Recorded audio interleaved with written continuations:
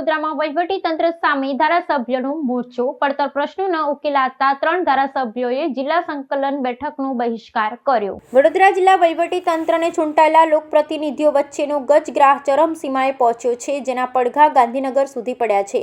પડતર વિકાસ કામો અને અધિકારીઓની નિષ્ક્રિયતા સામે નારાજગી વ્યક્ત કરતા આજે યોજાયેલી જિલ્લા સંકલન અને ફરિયાદ નિવારણ સમિતિની મહત્વપૂર્ણ બેઠકમાં ભાજપના જ 3 ધારાસભ્યોએ બહિષ્કાર કર્યો હતો. થોડા દિવસો પૂર્વે જિલ્લાના 5 ધારાસભ્યો દ્વારા મુખ્યમંત્રી ભૂપેન્દ્ર પટેલને લખાયેલા પત્ર બાદ આજે કરજણ, પાદરા અને સાવલીના ધારાસભ્યોની ગેરહાજરીએ જિલ્લાના રાજકારણમાં ગરમાવો લાવી દીધો છે.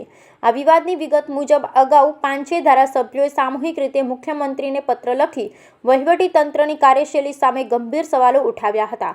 આ લેટર બોમ્બ બાદ આજે મળેલી પ્રથમ સંકલન બેઠકમાં કરજણના ધારાસભ્ય અક્ષય પટેલ, પાદરાના ચૈતન્યસિંહ ઝાલા અને સાવલીના કેતન ઇનામદાર સૂચક રીતે ગેરહાજર રહ્યા હતા.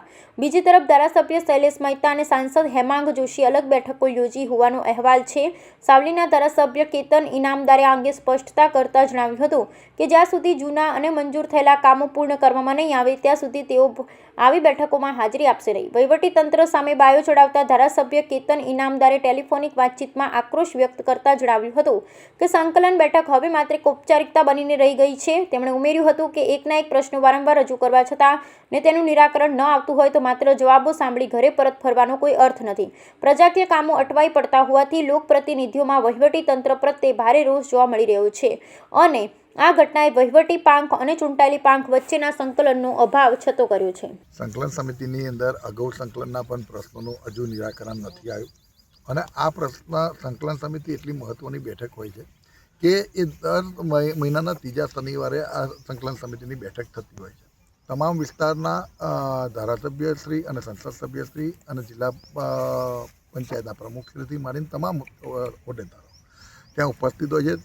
તમામ ડિપાર્ટમેન્ટના સર્વોચ્ચ અધિકારી ઉપસ્થિત હોય છે. માન્ય કલેક્ટરશ્રીના અધ્યક્ષતાના મિટિંગ મળતી હોય ત્યારે એ વસ્તુની ખૂબ મોટી ગંભીરતા હોય છે. આ સંકલન સમિતિમાં જ્યારે પણ પ્રશ્ન પૂછાતા હોય તો જે તે ડિપાર્ટમેન્ટના જે પણ પ્રશ્ન હોય એનું ગંભીરતાથી લેવાતી હોય છે અને એનું નિરાકરણ થતું હોય છે. પણ ઘણી છેલ્લા કેટલી સંકલનથી મારા પ્રશ્ન જે છે આ દિવસ સુધી પડતર છે.